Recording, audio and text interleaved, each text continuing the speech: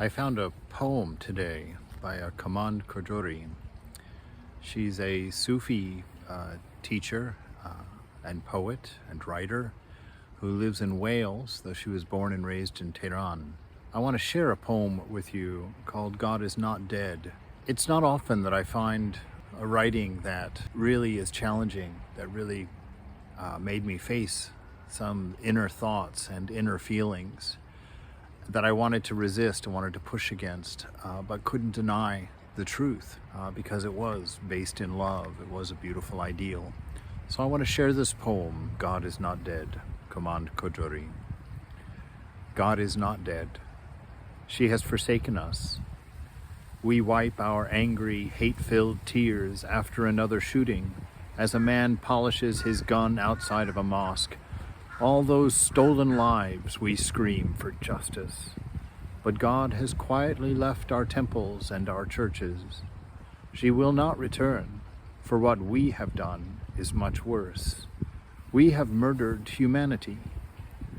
God has deserted even the devout of us who save our love and compassion for those good and righteous as we abandon the bigots brimming with hate. Yes, those least deserving of love, but the most in need of it. God's agony rings in our hearts. She wails for the future shooters, though we reject them. God greets these cracked and confused creatures, the least deserving of compassion, but the most in need of it. These suggestible souls who are susceptible to the systematic vitriol spilling from cult leaders and politicians, brainwashing them. We've read their spiteful tweets, but we pass them in classrooms, in trains, in markets. We dismiss those seemingly small opportunities for kindness. We don't know, and how ignorant we are, that every time we ignore them, we sharpen our daggers and stab humanity in its pink, raw flesh. Not in dark alleyways.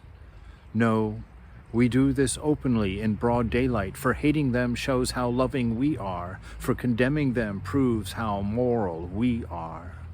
But every shooting illumines the failure of our collective duty to love as God loves, to be compassionate as God is compassionate. Your prayers heal, yes, but for God's sake, let God be. I say first, resurrect your humanity.